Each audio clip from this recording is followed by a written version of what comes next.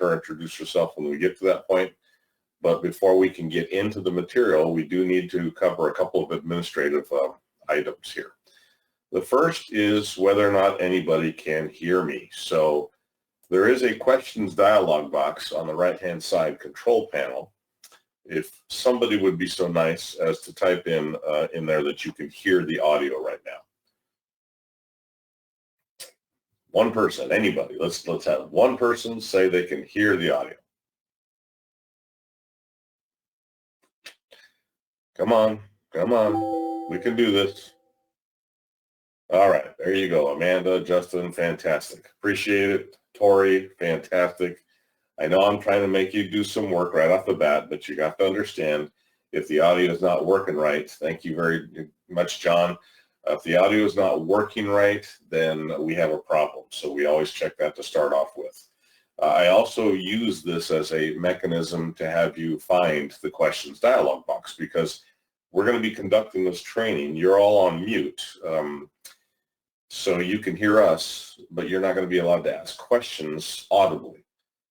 The idea here for you now is if you have a question, pose it in that questions dialog box, and either I or Katie, depending on who's not presenting at the time, will answer those questions for you in that area. If a question comes along that is important enough or needs to be brought to the whole attention of the class, whoever is manning that particular box is going to bring it to the instructor's attention, and we'll answer it out loud. So you have that for you. The next thing we need to worry about here this afternoon is the handouts. So right below where the question dialog box is, you also have a box that says handouts, and it should say handouts 2 of 5. There are 2 PDFs there for you. One is the slide deck for the main presentation. The other is a slide deck for a presentation that we'll do at the very end that goes over some of our new programs. So make sure you download those things before we get too far along. You can download them anytime during the presentation. However, if you forget to do it and we wind up closing this thing out, you won't have access to those anymore. In fact, the only way you can get them at that point is to have Katie or myself email them to you, which we're happy to do. But just make sure that if you can, download them during the presentation. All right, one of the last things we need to worry about is the fact that this is being recorded. We record all of our webinars so that you have an opportunity, if you like, to actually review the material at a later time. In order for that to work out, you have to send myself or Katie an email, and we will send you the link to view the recording. Finally, we need to go over times. So this afternoon's course takes about 2 to 2.5 hours. Katie's going to present for the first portion of it, and then I'm going to finish it up, and then Katie's going to come on and do the extra little 5-slide thing that I was talking about our upcoming programs. Anyway, that is what we've got this afternoon, and with that, I'm going to pass the first portion of this class off to Katie. All right. So the first thing, again, I'm Katie. I used to work for the San Diego Air Pollution Control District as an inspector, and now I work for CARB. So today for this class, this is again 504 for off-road diesel vehicles. The first thing we'll go over today is the need for emission reduction. So why are we doing this? Then we'll go over the regulatory background. We'll get into the applicability of this regulation, so who it applies to. We'll go into the regulatory requirements, both administrative and emission reductions. Then we'll get into the other provisions, which are just some extra attention that we pay to certain parts of this rule just because they're used so frequently. And then lastly, we'll provide you with some resources and contact information. So first things first, again, why do we do what we do here at CARB? So why are there these regulations on diesel in the first place? When we talk about the off-road regulation or any diesel regulation, there are 2 main pollutants that are of concern. The first is diesel particulate matter, and the second is oxides of nitrogen, or NOx. NOx is a concern because it's a precursor to smog. That one's a pretty well-known pollutant. I feel like everybody's pretty conscious of that at this point. When it comes to the diesel particulate matter, or PM, there are 2 issues. The first is that the diesel exhaust contains more than 40 cancer-causing substances, and most of those are readily absorbed onto the soot particles. Because of this, diesel particulate matter has actually been classified as a toxic air contaminant or a TAC because it's a carcinogen, so it causes cancer. The second issue that we see with diesel particulate matter is what this slide is trying to convey, which is that diesel PM is considered PM 2.5. So it is very, very small. You can see here we have a grain of sand, we have a single strand of hair, and then you have the PM 10 across that single strand of hair, and then even smaller than that, we have the PM 2.5, which is what the diesel particulate matter is. So because it's so small, it is actually able to be absorbed into your bloodstream. So those 40 cancer-causing materials that are contained in that diesel particulate matter can actually get into your blood pathway. So very bad news. That's why we are looking at this, and that's why it is regulated so heavily. The other thing that comes, unfortunately, with living in California is we do have some of the worst air quality throughout the state than in the United States. So of the top 10 cities, you can see we're winning the contests in both the particulate matter pollution and the ozone pollution. So California has to have these stringent requirements in order to try to balance out some of this air quality issues that we see throughout the state. We also have some of the highest incidence of short-term particle pollution. So the last slide was showing the long-term particulate pollution, which is saying over a long period of time, this is the highest peaks. So we actually have the highest peaks of particle pollution as well here in California. So now with that, we'll get into the regulatory background for this rule. For this section, we'll be talking about a general overview of what the Air Resources Board has been doing to reduce diesel particulate since it was classified as a toxic air contaminant back in 1998. That was essentially the genesis point for all of these diesel regulations that our state has passed. We've looked at particulate matter since the EPA was created back in the 60s and 70s, but it wasn't originally sorted out into where the PM was coming from until about the 80s or 90s. So that's when it started being connected to diesel particulate matter. It's estimated that diesel particulate matter is responsible for 70% of airborne cancer risk. So because of that, in 2000, our staff at the Air Resources Board went to work to produce a guidance document on how we're going to reduce that risk, and we call that the Diesel Risk Reduction Plan. This plan was intended to plan how to reduce the diesel emissions for the state. There were 3 methods that they determined. The first was with the federal EPA. So when you talk about certifying and sale of a new engine in the United States, the standards for those engines are set by the federal EPA. The engines have gotten cleaner over time, and that's because these standards have gotten lower. In off-road engines, when we talk about the standards, it's tier standards, and the tiers go as they get higher. So tier 1, tier 2, tier 3, tier 4, they get cleaner. The second thing that we did in this diesel risk reduction plan is started regulating the sulfur content in fuel. So what is the issue with sulfur? It's a great lubricant in the fuel, so it was kind of nicer if it's in there, but unfortunately it does not burn well. So if you have a high sulfur content and it goes through the combustion cycle in the engine, it does not burn and it's emitted as particulate matter. Additionally, now the problem with sulfur is that it can corrupt your catalyst. So if you have a diesel particulate filter on your equipment, that can lead to expensive replacements. So because of this, now in the US, you can't sell, manufacture, or distribute fuel with a higher sulfur concentration than 15 parts per million.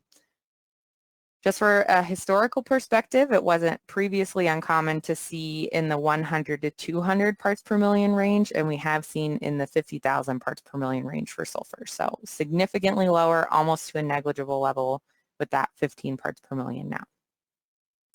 So now that we've gone through the first 2 parts of the plan, those were implemented or adopted throughout the US. The third and final part of this plan is really only seen in California. The third part of the diesel risk reduction plan called for the replacement of existing diesel engines and the installation of verified diesel emission control systems. If you want to run old equipment which does not meet the engine standards, you have to reduce the use. The reason for that being, if you drop it down to low use, you're going to reduce the footprint of that engine to almost nothing. The second option you have is to clean the old engine up. So you can do that by installing a filtration system. The bullet here doesn't say filtration system. It says Verified Diesel Emission Control Strategy, or VDEX. That is the long name for a diesel particulate filter. We call it a verified diesel emission control strategy because it does have to be verified and evaluated to work with that specific engine before it's applied in order for that to be an acceptable VDEX.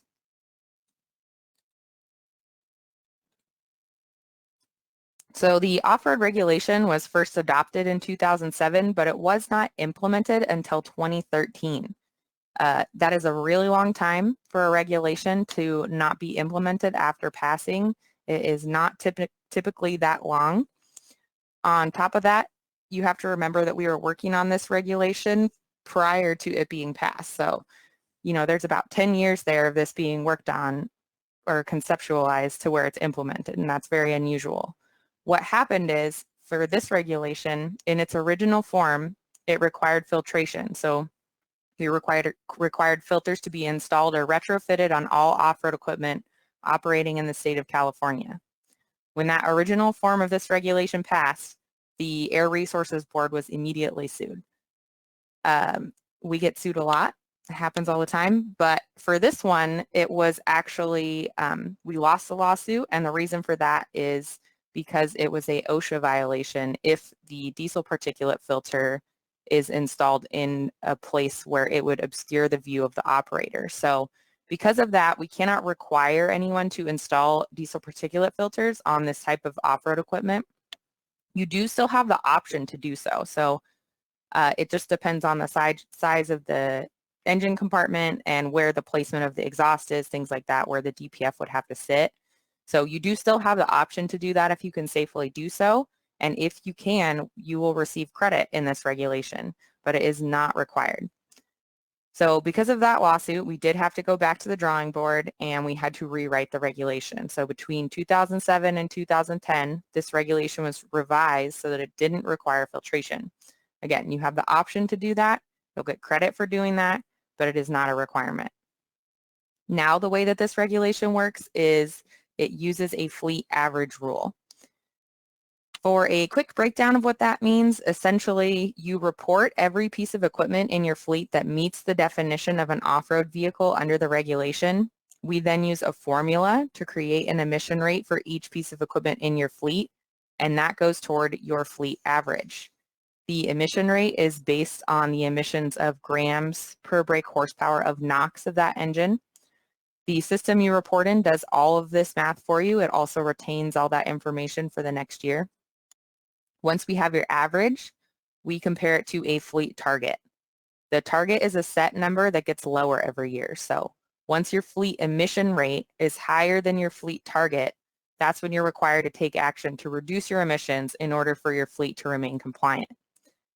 The fleets affected by this are existing and new off-road heavy-duty vehicles in California. So who and what is affected? A lot of our regulations are extremely specific to certain categories of vehicle or vehicle use. Depending on the regulation, you know, the specificity changes, but for this one, it's just all vehicles under the requirements. So if it's a business, if it's an individual, if it's a government agency, those are all included. It's very specific to the equipment and how it's used rather than the owner of the vehicle for this regulation. So what vehicles are affected then? Let's get all this information up. The engines we're referring to for this regulation are diesel engines, so they run on any form of diesel, including biodiesel. Any diesel in a compression ignition engine is considered diesel fuel under this regulation. So this also applies if you put a different type of fuel into a diesel compression engine in an effort to not fall under the regulation. We have had people ask about using kerosene in their diesel cycle engines and things like that in an attempt to not be regulated. We don't recommend that. It doesn't make you exempt. So any diesel compression engine is included in this regulation.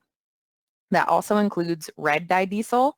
Red dye diesel is the same chemical compound as normal diesel, but it is dyed red just because there are less taxes. So That diesel is meant for engines that are not used on road, so construction or stationary engines, but again, it's still included in this regulation. The next criteria the engine has to meet is it has to be self-propelled. So when I say self-propelled, what that means is the engine can provide motive force. So maybe you have an operator in it. The operator can move that piece of equipment forward, backward, without any additional assistance. As an alternative example, if you have something like an engine that drives a compressor, that compressor's on a trailer, then you would have to pull that trailer in order for it to move from one part of a site to another. That's a portable engine, so that's a different regulation. In order for a piece of equipment to be self-propelled, the engine has to drive the vehicle.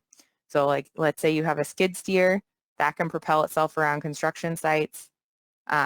If it's on tracks and it's able to move itself, that still would count as a self-propelled vehicle. Even if the engine supplies power to something else, like for example, a drill rig or a crane, if the engine still provides propulsion, it is considered the propulsion engine. Additionally, the engine has to be rated at 25 horsepower or greater to be included in the regulation. So if you have a mini excavator and it's rated at 24.9 horsepower, which a lot of them are, that is exempt. So those are actually manufactured and rated specifically with that intention in mind. Additionally, the engine does also have to be a true off-road engine, so a certified off-road engine to be automatically included. There are a few exceptions for on-road vehicles that were explicitly included in this regulation, but again, in order to be automatically included, it does have to be a true off-road engine. We'll go back for that. Okay, so what is an off-road vehicle? What it comes down to is the intended use by the manufacturer. If an inspector is looking at your vehicle's engine, they're going to determine whether it's off-road, on-road, portable, or stationary. The way that they make that determination is they're going to look at your emission control label or the ECL of your engine. The ECL is going to say if that engine is certified to non-road, off-highway, or on-road standards. That means that that engine was certified by the federal government as one of those types of engines. If it's an off-road engine, that's how it's going to be regulated.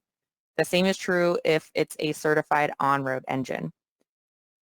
As you can see on this slide, we have a photo of a water truck, and the reason for that is because water trucks are commonly used exclusively as off-road vehicles. Let's say you have a water truck, you never have operated it on the road, it is not registered with the DMV, you put it on a lowboy to drag it to the next site, no license plates, all of the above, right? So it's only ever used off-road. Even if you never ever drive that truck on the road, if it has a engine tag that says it is a on-road or highway vehicle, it's going to be regulated as an on-road vehicle. So it is not considered an off-road vehicle unless it is explicitly certified by the EPA as an off-road vehicle. So again, if you can't tell based on how you're using this vehicle, what do you look at to see where to put it? We're going to look at the emission control label. This is an engine tag that's been required for on-road engines since 1974 for diesel engines over 6,000 pounds, and for off-road engines, it's been required since the 80s. They're also standardized since the mid-90s, so normally once you find it, you can actually break down the family name to give you any information standardized that you may need.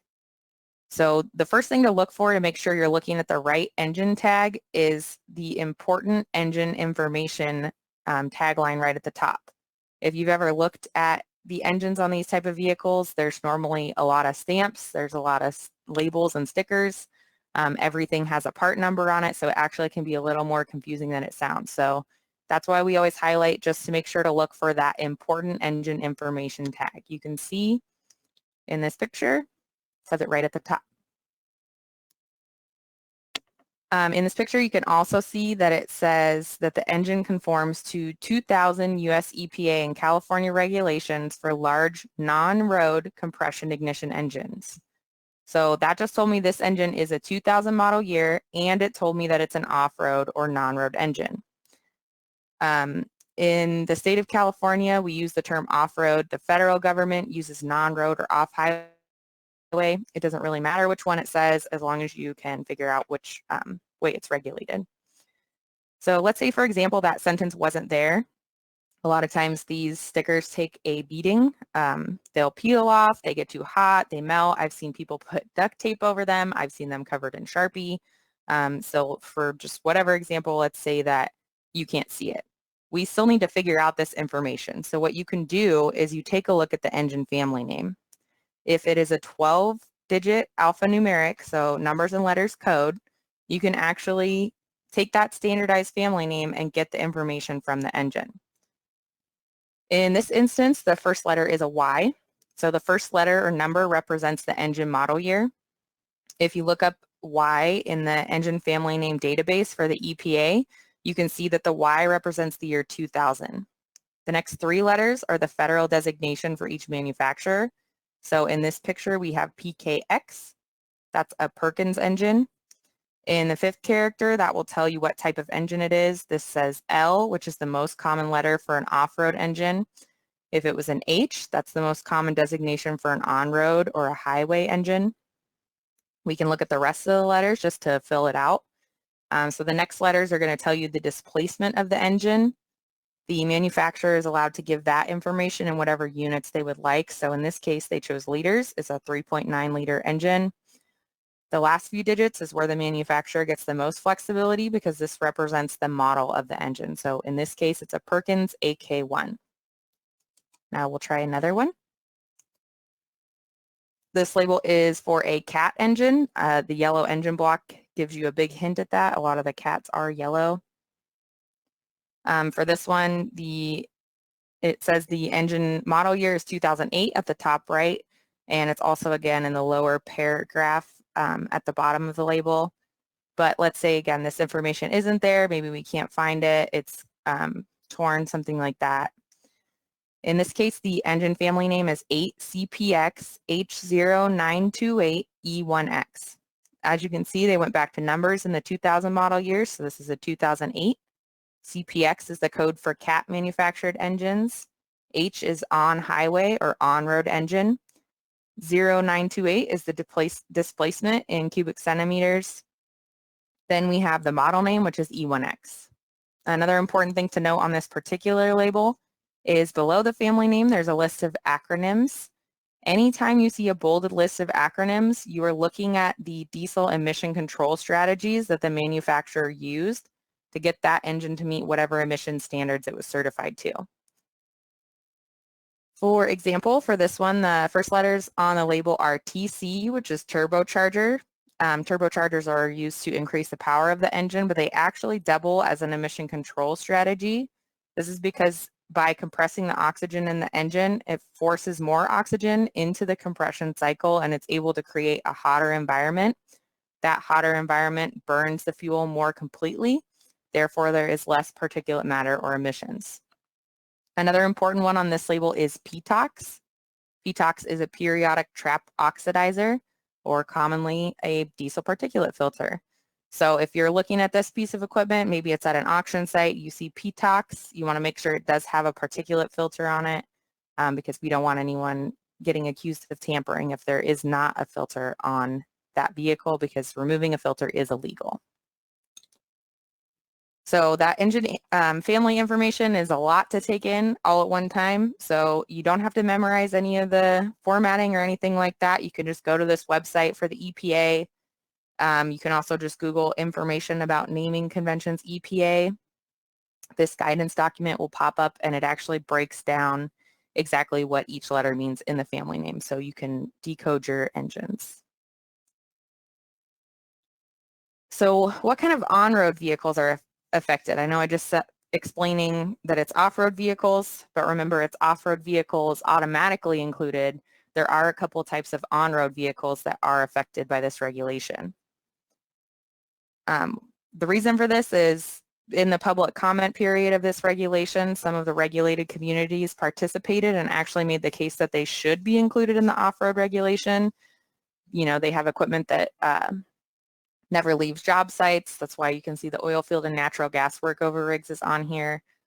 They are not legal to drive on road. They would never be driven on road. They may have an on-road engine, but either way, they participated in the regulatory process. Even if they have an on-road engine, they are absorbed into the off-road regulation. So the first one again is oil field and natural gas workover rigs, all types. We also included 2 engine cranes and water well drilling rigs, even if they have a tier 0 engine. So even if that secondary engine is a tier 0, these 2 engine vehicles are included in the off-road regulation. The reason for that was to try to streamline the regulations. If we did not pull that auxiliary engine into the off-road regulation, then it would require a secondary permit because it's a portable engine. It doesn't provide propulsion. It is a secondary engine. So we tried to simplify it. The issue is at the district level, a lot of times they still require a permit. So even though at the state level, they may both be included as off-road engines, you want to check with your local district if you do have a 2-engine vehicle, any type of 2-engine vehicle, not just a crane or water well drilling rig, because they may have that secondary engine require a permit. And then lastly, certain other types of 2-engine vehicles. So other type 2-engine vehicles, if it's not the ones explicitly listed on this slide, have to meet certain conditions in order to be considered off-road vehicles.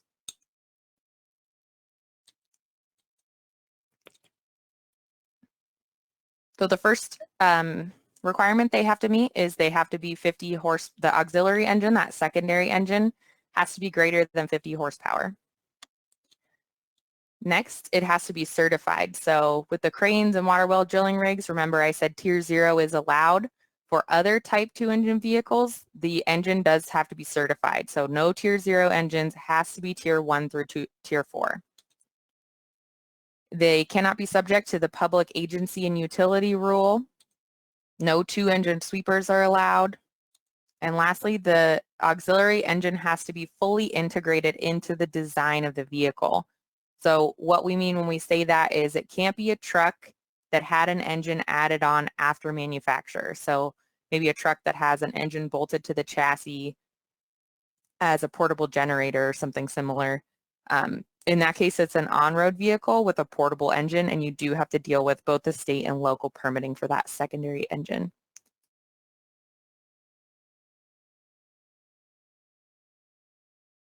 So next we have the 2-engine scrapers. These are off-road vehicles, but we go over them specifically just because the requirements vary depending on whether they are separable or permanently attached. Typically with this type of equipment, you have engines on both pieces, so the front and the back portion will both have an engine that provides motive power. The drive engine in the front will be pulling, and the drive engine in the back is pushing, just because they have to get through all different types of soil and rock that they encounter while they're doing grading. Because they're both drive engines, they are both required to be registered under the off-road regulation. If the 2 pieces are permanently attached, when you register indoors, you select that it is a 2-engine vehicle, and then you can select that they're non-separable. Information for both engines is still required to be input, and one equipment identification number will be generated for that whole piece of equipment. So both pieces are under the one. If the engines are separable, each engine has to be registered separately, and each vehicle will get its own equipment identification number. So just to recap, in either scenario, all of the engine information is required to be submitted for both engines, regardless of if they're separable or not. If they are not separable, they'll be registered under one EIN. If they are separable, treat them as different vehicles, register them separately, and 2 EINs will be generated.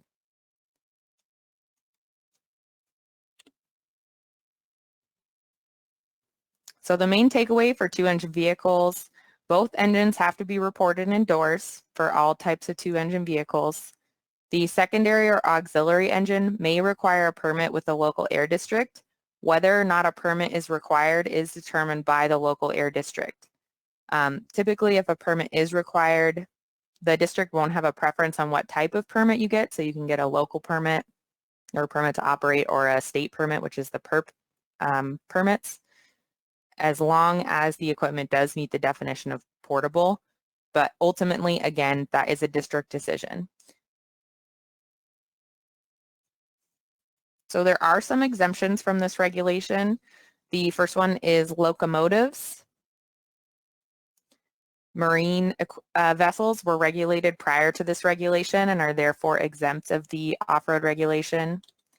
If you have a personal use vehicle, those are exempt. So even if it is a type of a construction equipment that you only use for personal use, let's say again it's a skid steer you just use on your property, that's exempt. If you rent it out to a friend on the weekends or use it on your construction business on the side, then it is regulated.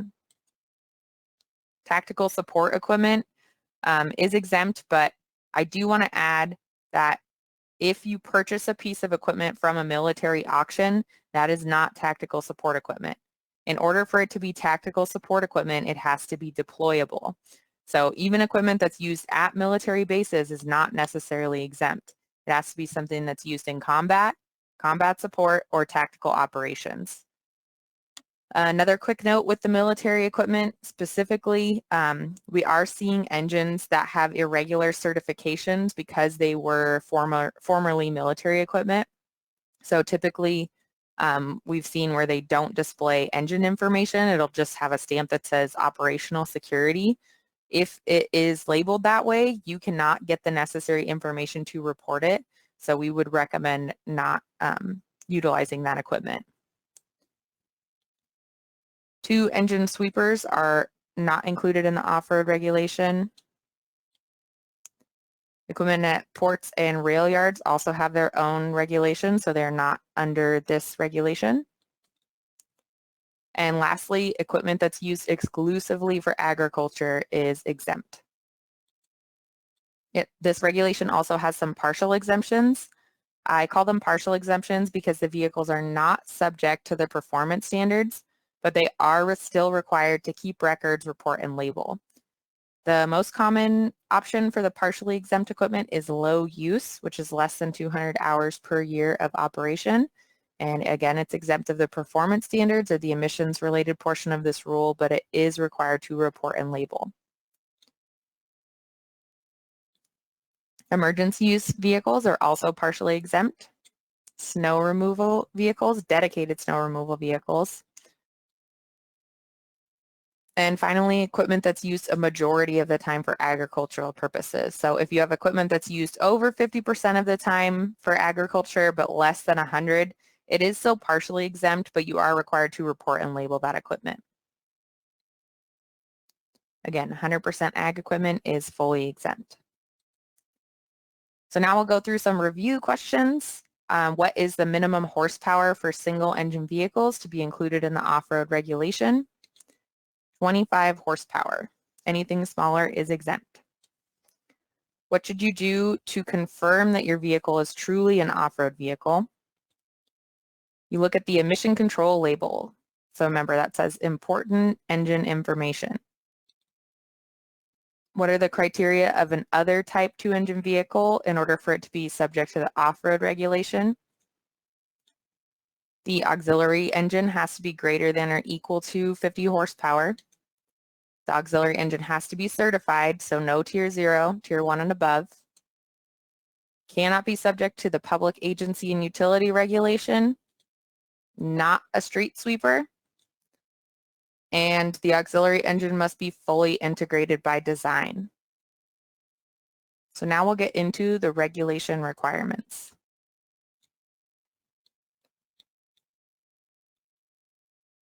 The first thing to do to determine your requirements for this regulation is to determine your fleet size. It is broken down into 3 sizes. We have small, medium, and large. In order to categorize your fleet, we need to add up the total horsepower of all your equipment subject to this regulation. This is why you're required to report everything that meets the definition. The system uses that to calculate your total horsepower. This also includes everything under common ownership, so whether or not the system or the equipment is stored at the same facility, it's still included. If you have multiple locations, you're still going to report all of your equipment at all of your locations as your fleet. If you have emergency and low use vehicles or other types that have partial exemptions, as long as they're reported properly, they will not affect your fleet size or your emission requirements. The system automatically does not include those in the horsepower calculations.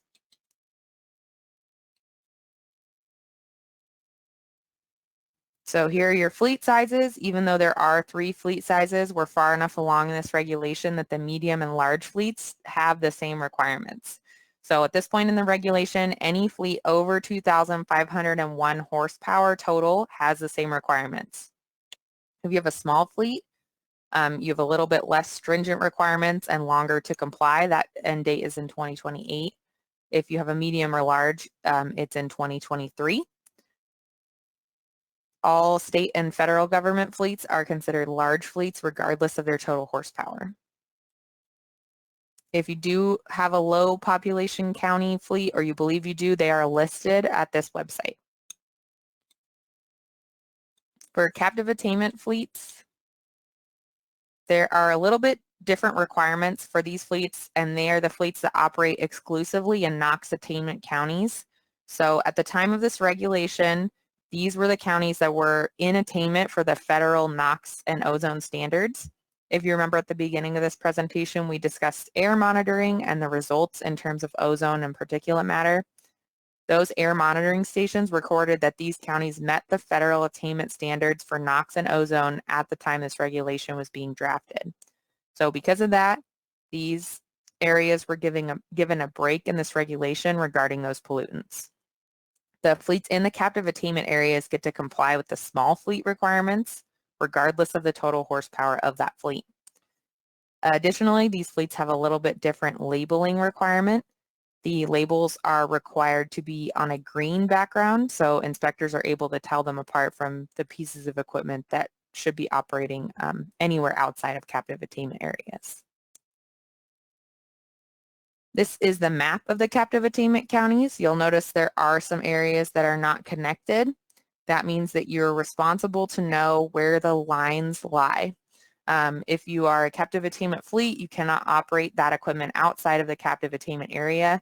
Because these are based on air basins as well, I always like to call attention that sometimes it is a little bit odd, and my example is Sonoma County specifically, just because you would think it's along the county lines, but because it's the air basin, the northern part of Sonoma County is actually in attainment and the southern part is out of attainment. So just be really conscientious if you do have a captive attainment fleet where you're allowed to operate. And here is the list of those counties. Again, just be really aware where the air basins are and where you are permitted to operate if you do choose to use the captive attainment option. If part of your fleet is in a captive attainment area, but part of your fleet is not, say you have multiple locations, you can actually portion your fleet. And what that means is the section of your fleet that is in the captive attainment area can be considered a small fleet. If this is an option you're eligible for and you want to execute it, you do have to contact our DOORS hotline for assistance. You cannot portion your fleet on your own automatically in the DOORS system. For if you portion your fleet, the portion of your fleet that's outside of the attainment area still does have to follow the timeline for the corresponding size to the total horsepower of the fleet. So if it's a medium fleet, it'll still have to follow the medium fleet requirements, large for large. Just the portion that's in the captive attainment area will be able to follow that small fleet requirements.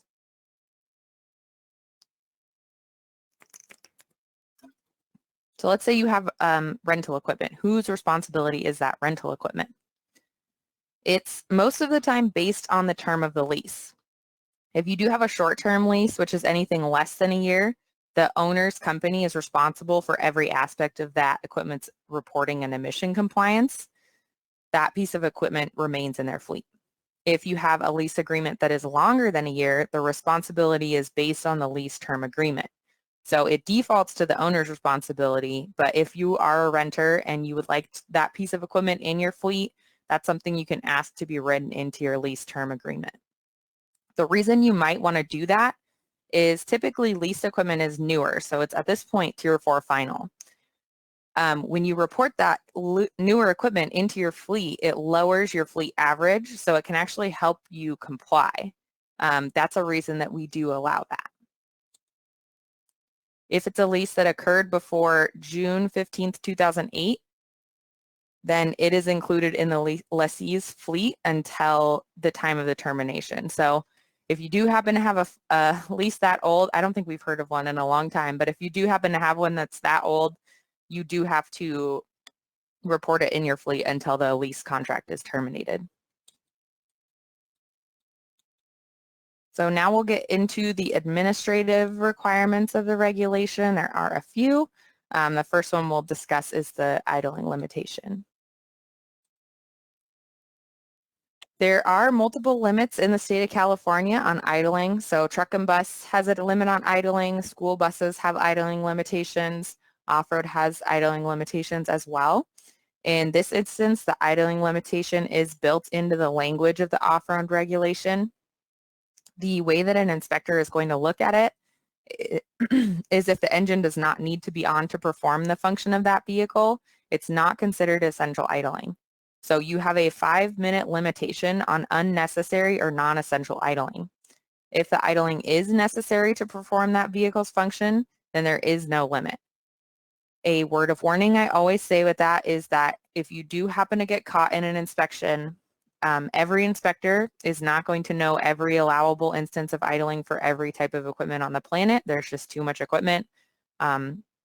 There are things that are very obvious. So if you have an operator in a boom lift that's, painting or something like that, it has to be on as a safety precaution. They're obviously aware of that sort of thing. But say it's an excavator and it needs a 30-minute cool down period. A lot of times the operators are not going to sit in the cab of the vehicle for that period of time. They'll just get out and do their thing and let it kind of sit there idling. But that is a necessary idling because it's meant for safe operation of that equipment. So my recommendation is if you do have a piece of equipment that requires a lengthy period of time where maybe an operator isn't in it, such as if it's a cool down, a warm up, DPF regeneration, anything like that, just have some sort of documentation with the vehicle. Maybe it's a photocopy of the manual page where it's required, things like that, that you can provide to an inspector if they do show up. And then that way immediately you already have the answer of why that piece of equipment was running when maybe it didn't seem like it had to be. Some allowable instances for idling are queuing, maintenance, again, ensuring safe operation. So again, if it's a cool down or warm up required by the manual, those would be considered safe operation. DPF regeneration, a lot of times the duty cycle isn't high enough for the off-road vehicles to regenerate on its own. So it would need to do a high idle regeneration where it's not being operated. So anything like that, just have yourself some documentation just to be prepared. It isn't necessarily a requirement, but it just can speed along an inspection a little bit and kind of get them out of your hair a little faster. If you do have a medium or large fleet, you also have an additional requirement, and that's to have a documented idling policy. This requirement isn't specific, so you can decide how in-depth that policy needs to be. It could be a single sheet of paper that just says don't idle. It could be a full binder that has every allowable instance of idling for each vehicle type in your fleet. Again, that's totally up to you. There's no specific requirement on it. It's not going to be asked for in an inspection, but it can come up in an audit of your fleet. We do also have some examples of that on our enforcement division page. There is a sales disclosure required for this type of equipment if you're going to sell it in California to somebody who's going to operate that equipment in the state of California. If you do that, this exact paragraph has to be included in the sales document, and you have to retain a copy of it for 3 years after the sale. Again, this is only if you're selling to somebody within the state of California. If you are 100% confident it's being sold out of state, out of the country, something like that, there is no requirement to include this. I would recommend doing it anyway, just because you never know when that equipment's going to come back in, and then you've covered your bases and you're protected. But ultimately, it's up to the seller on whether to include it if it is out of state. If you're selling at an auction house, many times they do already include this language in their documents, but again, it's a good idea just to verify, double check with them, get confirmation, because ultimately if you are the seller, then you are responsible for retaining this documentation. So now we'll get into reporting. There are 2 types of reporting, initial reporting and annual reporting. For initial reporting, all the deadlines have passed, so it was phased in based on the size of your fleet, but all the deadlines have passed. So We're encouraging everyone to report as soon as possible to avoid fines, even if you haven't initially reported yet. We don't flag fleets for initial reporting on a certain day that, maybe they've been in operation for a couple of years or something like that. There's no flag that comes up that says it's a new fleet.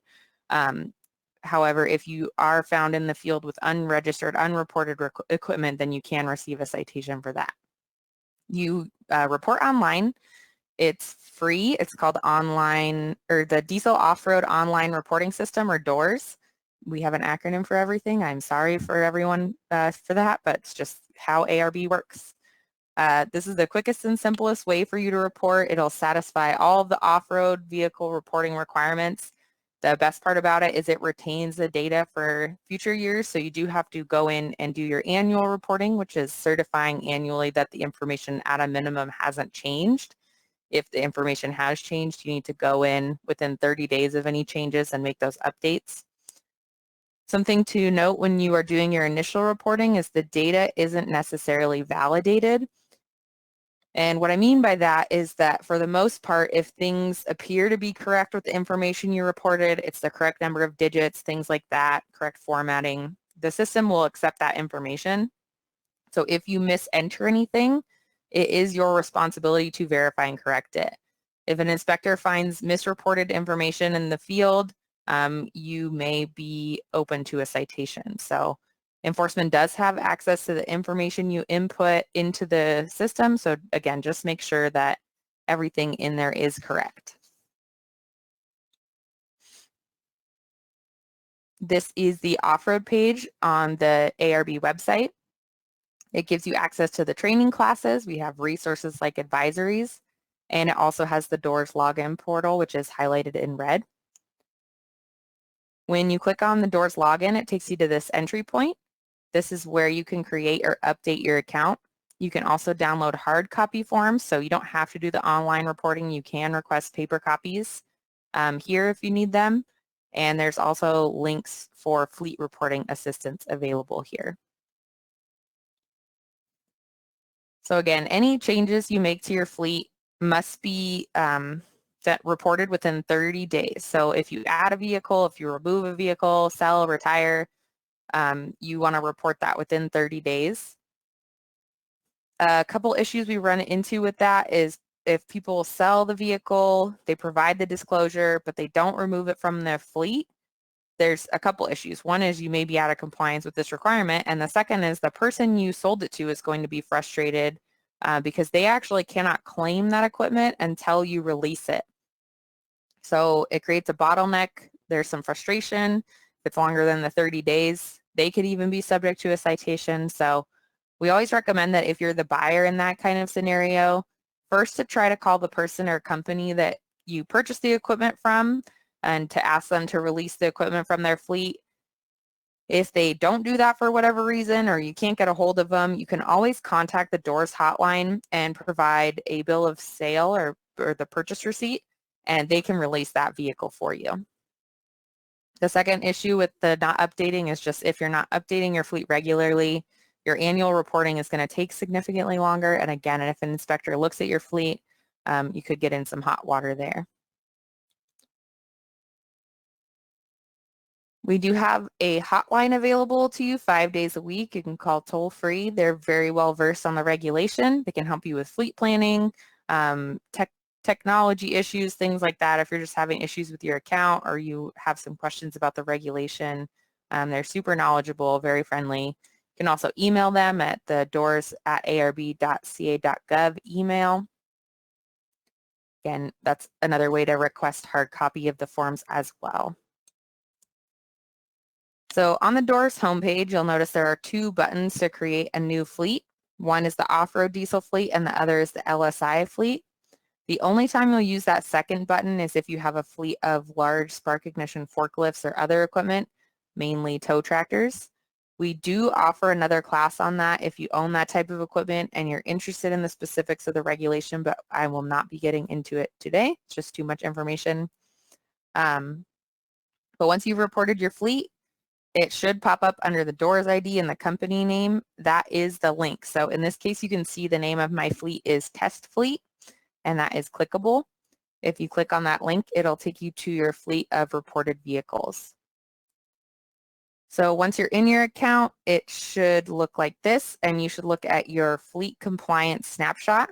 That will tell you all the information we're looking for as regulators and what we see on the back end.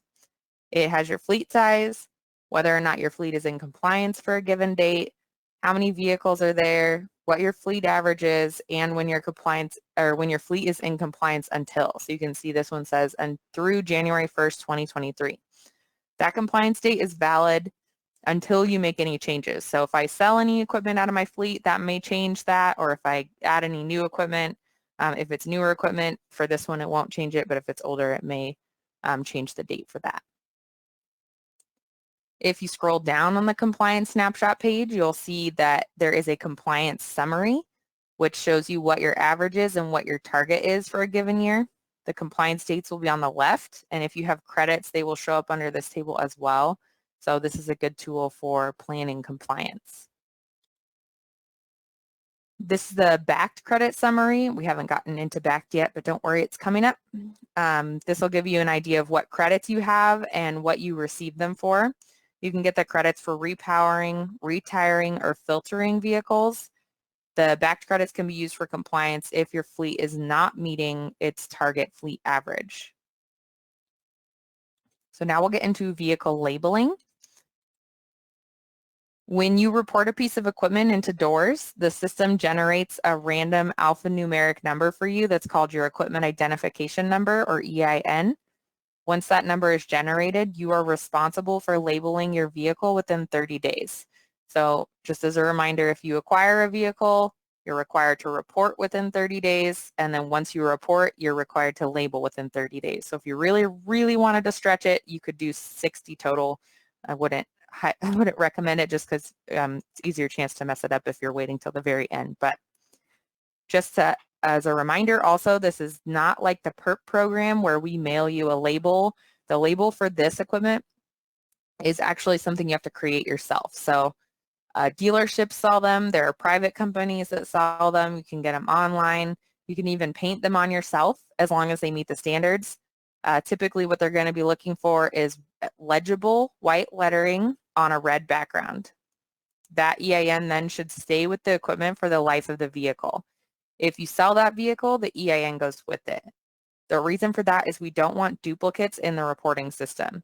So if you buy a vehicle and it already has an EIN on it, you would use that same EIN to register the vehicle into your fleet. The language in the regulation also specifies that the EIN shall be maintained in a manner that retains its legibility for the entire life of the vehicle. The reason that I highlight that is this equipment gets really banged up. These labels, specifically the vinyl ones, tend to fade. They get damaged. Just if any of that happens, you just need to replace it. It just has to be legible for the life of the vehicle. So now we'll get into some common labeling issues. The first one is just no label. So a lot of times the equipment will be registered. The inspector can look up the engine family name, or not the engine serial number, and it'll come up in your account, but if there's no EIN on it, that could still be a citation. So it has to be labeled on both sides. A lot of times the EINs, like I said, become illegible or they're not placed in clear view. For this one, you can see that it was placed inside of the operator cage, so we don't want that. If there's an operator in there, an inspector is not going to be able to see that. We'll also see people create a new EIN for a vehicle that was already registered. So for this one, you can see the skid steer has way too many EINs on this side. There were no EINs on the other side. The EINs are actually corresponded to multiple other pieces of equipment on the job site. So just double check within your fleet information that the correct EIN has been applied and that it is on both sides of the vehicle. We'll also see the EIN is just incorrect. So for this one, the label started fading, got cracked, hard to read, so they did the right thing and they replaced it. My theory is that somebody just had messy handwriting and that first G turned into a 6. So they always follow the same pattern. It's 2 letters, 1 number, 1 letter, 2 numbers. If you see anything other than that in your fleet, again, just double check it in your reporting because it most likely has a different EIN and there was just some sort of miscommunication. Again, as of January 2013, both sides of the vehicles are required to be labeled. Initially, this regulation only required it on one side, but when inspectors were doing the inspections, the wrong side of the vehicle somehow was always facing out. So now we require it on both sides of the vehicle. That's in most cases an attempt to try not to interrupt the work and pose a safety risk. So we do require it on both sides of the vehicle. If it is a captive attainment fleet, additionally, the labels have to be green background white lettering instead of red and white lettering. Just something to be aware of. And again, the labels are not issued by ARB, so you do have to make those yourself. We do have the specifications available and also a list of approved vendors. So these are vendors that have sent sample labels to us. Our off-road staff has evaluated them and they do meet the specifications of the regulation. So I said there are 2 types of reporting. We already went over the initial reporting. That's already done. So you still have to do annual reporting. You don't have to re-add any vehicles, but you do have to annually go in and just make sure all that information is correct. This is called the Responsible Official Affirmation of Reporting, or the ROAR report. That's your annual reporting. If you do have anything to update, again, you go make sure it's updated and correct.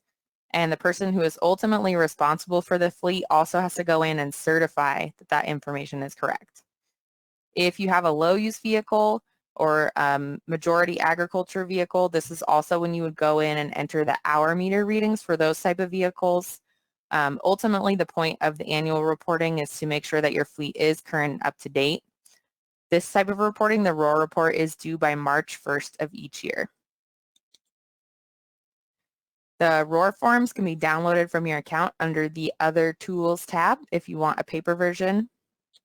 It is by default an electronic form. So this is what it looks like. Each row on the screen here is related to a requirement for your fleet. For example, the first one is the fleet average. It says the fleet is currently in compliance with large fleet requirements. If there's a green check mark next to that line, that means your fleet is in compliance. If you see a red X next to any of these statements, that means that there is an issue with that requirement and that you need to take action to correct it. Either you update your reporting or make an adjustment to your fleet in order to fix those problems. Once you have all green check marks, you can submit this form electronically. Once you submit it, it sends a PIN, and that's instantaneous. The PIN is sent to the registered email address in the DOORS account, and then you can enter the PIN to submit the form. There are some record keeping requirements. They're even more robust than what's required to be reported in your online reporting. So these are the extra reporting, or record keeping, there we go. The extra records that you're required to keep.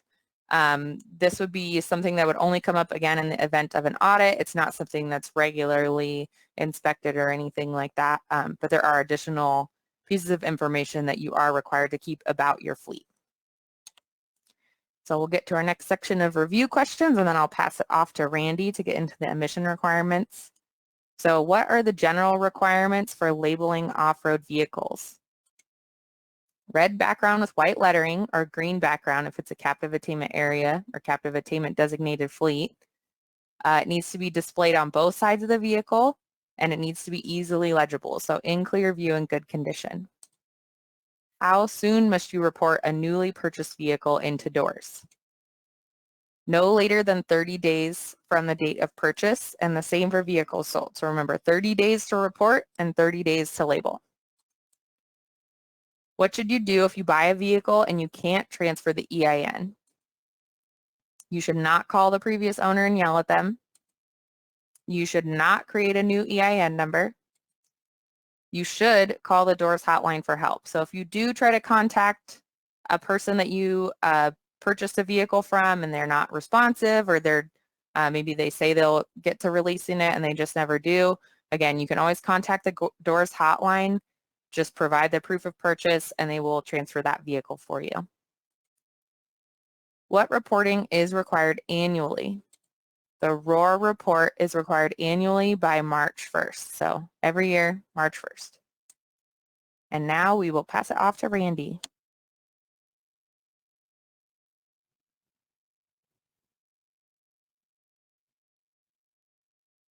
All right. Well, thanks, Katie. Good afternoon again, everybody. My name is Randy Opfer, if you weren't in the group when I was going over that before. And it's my turn to go through the last portion of this training today. I'm going to be talking to you mostly about what the actual emission-related requirements are for the off-road diesel vehicle regulation. This is where the rubber meets the dirt, so to speak. So we did receive authorization from EPA to enforce the entirety of this rule back in 2013, and some of the information I'm going to talk about, the timelines are related to that actual authorization. It allowed us to have what's called a restriction of adding vehicles, or more commonly known as a tier ban. I'll cover that. And then it also allowed us to enforce what are called performance requirements. This is where the emission reductions for fleets actually happen. There are a couple different ways that can be done, and I will go through both of them. Let's see, I've got to make sure I'm on the right thing. All right, there we go. So the tier ban. So let me bring all this stuff up. This is the text version of it. Essentially what a tier ban is within this regulation. There's not a ban on the equipment that you currently own. So if you own equipment, we're not telling you necessarily have to get rid of anything. It's just that we're going to enforce an emission quota on your entire fleet. You can get rid of older equipment to meet that quota. That's up to you. The tier ban comes into play whenever you're adding equipment to your fleet that you didn't have prior to certain dates. When you do this, the tier ban says you can add any equipment you want as long as it's above a certain level of certification standard. So let's look at another way of viewing this. This is the one I actually prefer because it's this color-coded rainbow chart that's easier for me to read. What this says here is that we break the fleets down by small, medium, and large, all right? And for each size of fleet, you have certain dates beyond which you could no longer add older equipment. So for the medium and large, we're in 2021 right now, either one of those size of fleets are only able to add tier 3 and greater. So there are 3 different types of equipment that are currently available beyond tier 2. That would be tier 3, tier 4 interim, and tier 4 final equipment. I'm going to show you a chart in a minute to go through tiers a little bit more in case that's confusing for you. It is for me sometimes, so just go with me right now. Tier is just basically the newness of the equipment. If a tier 4 final is the latest, greatest. For small fleets, they can still add tier 2 equipment if they're bringing in equipment, and then ultimately by 2023, they have to only add tier 3 and above. There is one glitch with this particular tier ban, and that is that if you go into the DOORS reporting system and you try to add a piece of equipment that is of a tier that you're not technically allowed to add because of this ban, the system will actually let you do it. It gives you an error message and says, are you sure this is a banned tier? Do you want to do this? Check this box. If you check this box or say yes, it will let you add the equipment. And you might be thinking to yourself, well, why the heck are you doing that? Because you just told me I can't. The reasoning is based upon a section of the code of the regulation, the language, which allows for the entire purchase or the purchase of an entire fleet. If you're purchasing somebody's fleet that operates in California that falls into this regulation, and you're buying everything they have, they decided they don't want to do whatever it is they were doing anymore, if they're in compliance with the rule on the day you purchase their fleet, then you can add everything that they have. It doesn't matter what the tiers are. You can add everything. If they're not in compliance, which, let's face it, that's probably the reason that they're selling all their equipment, then the tier ban applies, and each vehicle has to be looked at in terms of the tier and your size of fleet and everything involved in that. But that's why the system allows you to add it, because there has to be a functional way to do this in order to allow for this purchasing of fleets. All right, now let's get into the performance requirements. Cleaning up the fleet. Whatever you do to accomplish the requirements within this regulation that has to be done by January 1st of each year in whatever your compliance timeline is. Each, except for the first year of large fleets, that was a while back. You have two options. You can either meet the fleet average requirements, and I believe Katie did explain this early on, where the way this regulation works is that you're required to report all of your equipment that falls under the regulation in a DOORS account. When you do this, you're giving us information like the engine manufacturer and the engine model year and the engine family name. With that information, we actually can take a look at the certification standards from the federal government for those engines, and we know what their certified emission rates are. So we take those emission rates and we calculate your average rate. Now, you have an average emission rate for your fleet, and it's based on the type of equipment you have, age, everything. In the regulation, we set targets that we also will calculate a target rate for your fleet. As long as your actual average emission rate is at or below the target, your entire fleet's in compliance. The year that your fleet average is going to go above whatever the target is, that is the year that you have to do something by the next January 1st in order to stay in compliance. Now, we'll discuss what the possibilities are for what you can do in just a little while, but that's basically the fleet average. Best available control technology is a little bit different. I'm going to go through that in just a few moments, but keep in mind that they both are ways to meet the terms of the regulation. There's the fleet sizes and the compliance dates for large and medium fleets currently, and I don't see this changing. The end of your timeline for full compliance is 2023. For small fleets, it's 2028. The fleet average requirements. I know that I've heard Katie talk about this rule being based on NOx emission rates, not on particulate matter, and that was the whole snafu with the lawsuit regarding the installation of diesel particulate filters. So the average emission rate that I spoke of just a second ago is a NOx emission rate. We are still going to get PM reductions. We know that the way the engines are certified, you don't get lower NOx rates in certification without also getting lower PM reductions. As I said, we compare your actual fleet average emission rate to targets in the regulation. And every year, that's the one thing I didn't add, every year the targets will get more stringent so that the target rate will go down over time, and ultimately your fleet average will have to go down with it. As Katie said earlier as well, there is the math involved. I'm going to show you the math in just a few moments, but you don't need to know math in order for this to work. You need to report your equipment, and the DOORS system actually makes the calculations for you.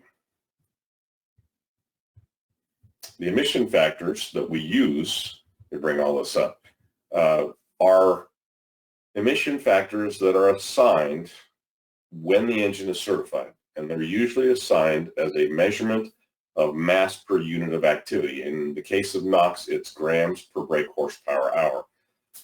As I said, these emission factors are automatically based on what you reported to us, and if you have any additional equipment that is on road and being reported as a DOORS piece of equipment, that might happen if you have some two-engine pieces of equipment. There will be emission factors that are assigned based on that, because the emission factors for on-road engines are a little bit different. There is another type of engine, though, that you might run into, and it's something called a flex engine. Before I can get there, though, I want to talk about how you determine which pieces of equipment will do the most to benefit your fleet compliance. So the decision that all fleets have to make at some point is, how do we meet the fleet average, and which vehicles do I have to do something with in order to accomplish that at the easiest way possible? And that's a question we get all the time. People say, well, what do I do with it? I don't know which one of these pieces of equipment to do anything with. Well, there is a way for you to determine which pieces of equipment are having the most impact on your actual average. When you look at the compliance snapshot and your current fleet statistics, you will see the screen that looks like this box right up above, okay, the top box.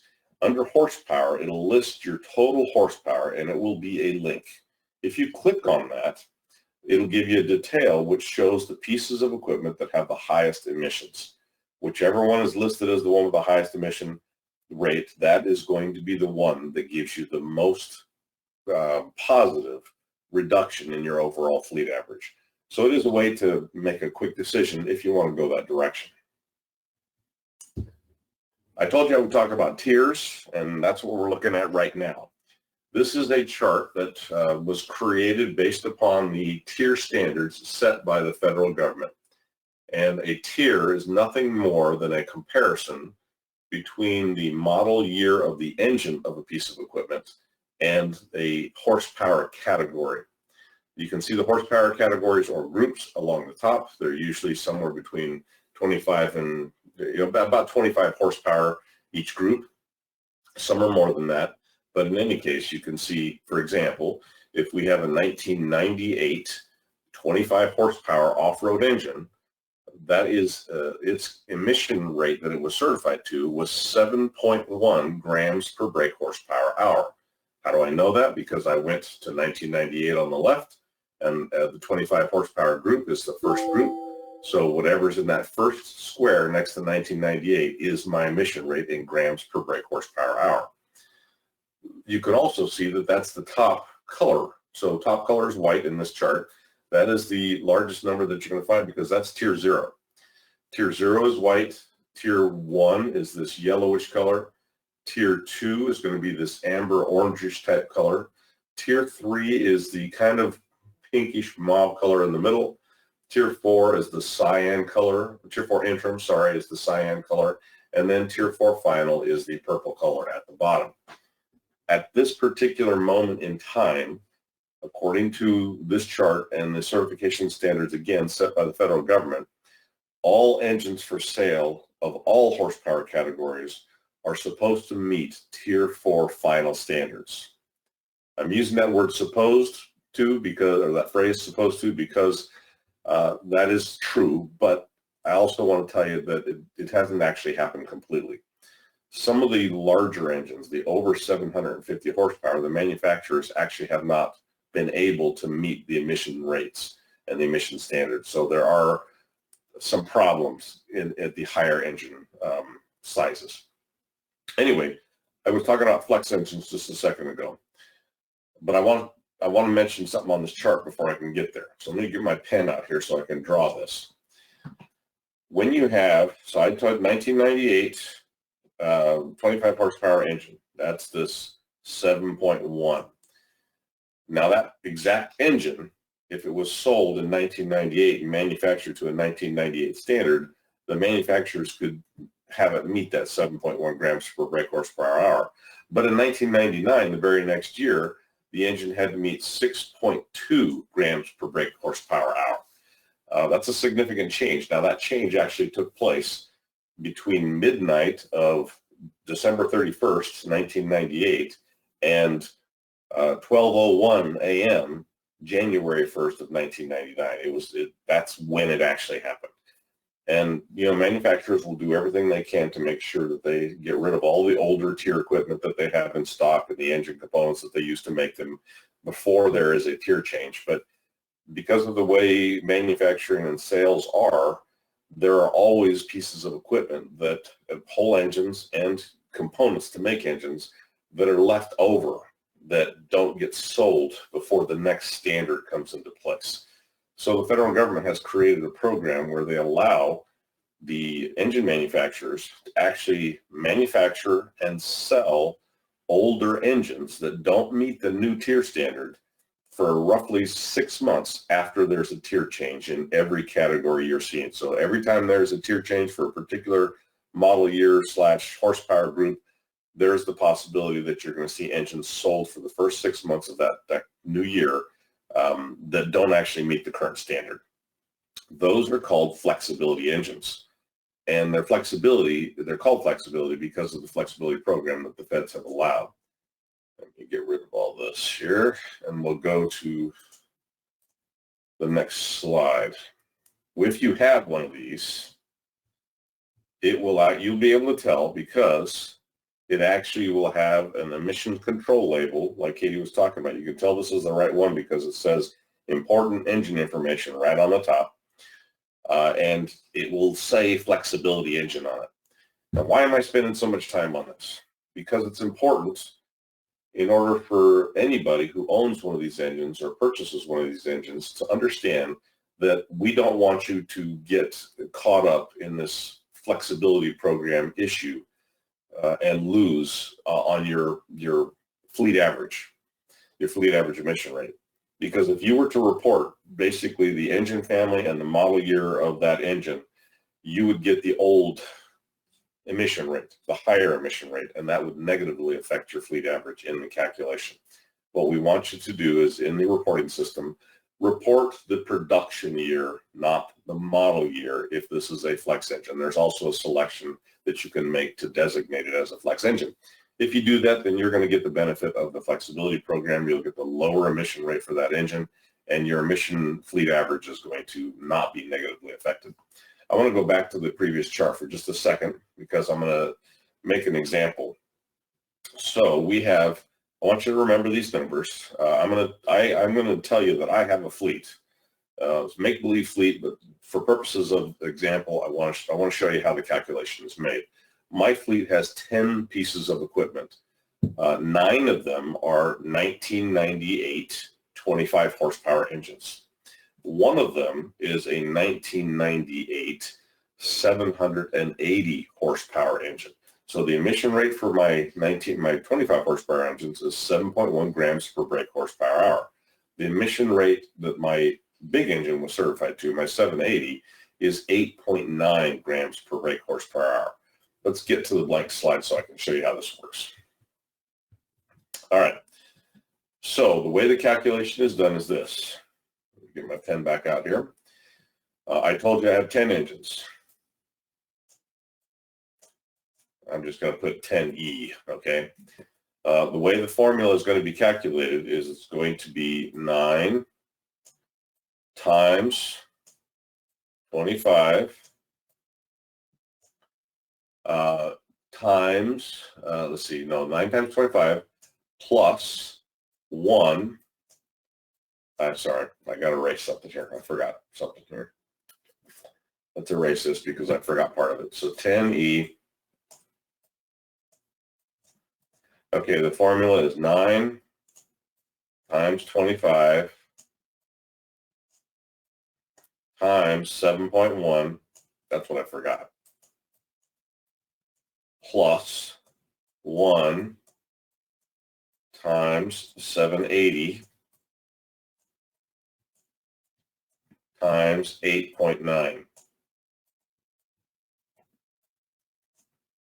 Okay, that's the numerator of the way we calculate this formula. In the denominator, we have 9 times 25 plus 1 times 780. Let's see, 80. Okay, so think about this for a second. I told you I had 10 pieces of equipment. 9 of them were 25 horsepower, 1998 engines. One of them was a 780 horsepower, 1998 engine. And that's why I wanted you to remember the emission factors. Because I have 925 horsepower, that's why we have a 9 times 25. So that's my 925 horsepower engines. Then I have to multiply it by the emission factor that each of those engines was certified to on the tier chart. That's where the 7.1 came from. That's where it came from.